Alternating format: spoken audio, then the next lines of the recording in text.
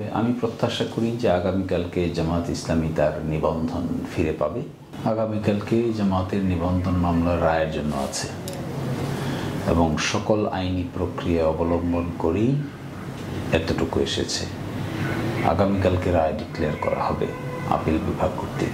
সুতরাং এখানে অন্য কোনো কারণ যে বা যারা খুঁজছেন তারা হয়তো আদালতের প্রক্রিয়া সম্পর্কে অবহিত নন। আমরা আদালতের ইচ অ্যান্ড এভরি প্রসেসকে এক্সস্ট করার চেষ্টা করেছি। ফলে এখানে আইন আদালতের সিস্টেমের বাইরে অন্য কোনো আর্গুমেন্ট যদি কেউ করতে চান তাহলে করতে পারেন, কিন্তু সেটা যথাযথ হবে বলে আমি মনে করি না।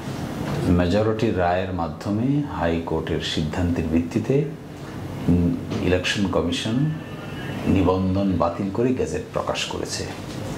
সুতরাং জামাতের নিবন্ধন ইলেকশন কমিশন বাতিল করেনি, ইলেকশন কমিশন হাইকোর্টের রায়কে শুধু বাস্তবায়ন করেছে। এক্ষেত্রে আমরা হাইকোর্টে আর্গুমেন্ট করেছি, আমাদেরকেও সুযোগ দেওয়া হয়েছে, অপর পক্ষকেও সুযোগ দেওয়া হয়েছে, বেশ কয়েকদিন ধরে শুনানি হয়েছে। তারপরে 3 সদস্য বিশিষ্ট বিচারকদের মধ্যে 2 জন বাতিলের পক্ষে রায় দিয়েছেন, 1 জন বাতিলের বিপক্ষে রায় দিয়েছেন।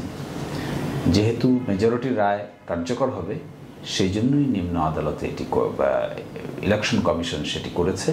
এর বিরুদ্ধে আমরা আপিল ফাইল করেছিলাম, সে আপিলই এখন শুনানির জন্য এসেছে। একটি কথা এখানে বলার বিষয় যে ইলেকশন কমিশন নিবন্ধন বাতিল করেছে যখন নাকি আপিল বিভাগে আপিল পেন্ডিং আছে, বিচারাধীন আছে। আমার বিবেচনায় এই কাজটি ইলেকশন কমিশন ঠিক করেনি। এছাড়া ইলেকশন কমিশন হাইকোর্টের রায় অনুযায়ী কাজ করেছে। আগামীকালকে রায় ঘোষণা হবে। আমি প্রত্যাশা করি যে আগামীকালকে জামাত ইসলামী তার নিবন্ধন ফিরে পাবে এবং আমাদের আপিল বিভাগের যে বেঞ্চে শুনানি হয়েছে মাননীয় প্রধান বিচারপতির নেতৃত্বে, সেই বেঞ্চ জামাত ইসলামীর নিবন্ধন বাতিল করে হাইকোর্টের যে রায় আছে সেটিকে বাতিল ঘোষণা করবেন। একই সাথে বাতিল করার পর ইলেকশন কমিশন আমাদের নিবন্ধন ফেরত দেবে, এটি আমি প্রত্যাশা করি।